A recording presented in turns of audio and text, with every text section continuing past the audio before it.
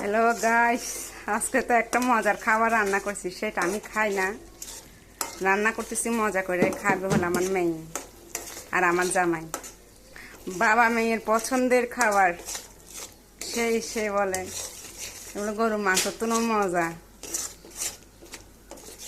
গরু কিছুই ফেলানি যায় না, সব খাওয়া হয়। এখন দেখলাম মানুষ গরুর কানও খাইতেছে। ওরে খোদা, আজকে রান্না করবো সেই লেভেলের, দেখাই দাঁড়ান। এই যে কে কে খায় বলেন, এই খাবার কার কার পছন্দ? এর নাম কি? নাম বলে যান। সেই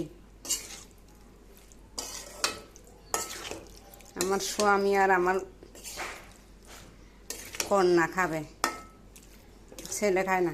ছেলে কয় গন্ধ। আমার ছেলে বলে এই কথা।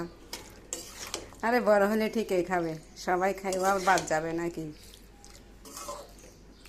এই ঘরের মধ্যে আমি আর আমার শাশুড়ি আম্মা খাই না, বাকিরা সবাই সেই লেভেলের করে খায়। সারা বছর ছোটবেলা দেখে আসছি জবিনের মাঝখানে ফেলাই দিতে, আর ঢাকা শহরে দেখি এটা খাইতে। এটার দামও আছে অনেক। কষাইতে কষাইতে কষাইতে কষাইতে কালো বানায় ফেলবো। কালা ভুনা, কালা ভুনা।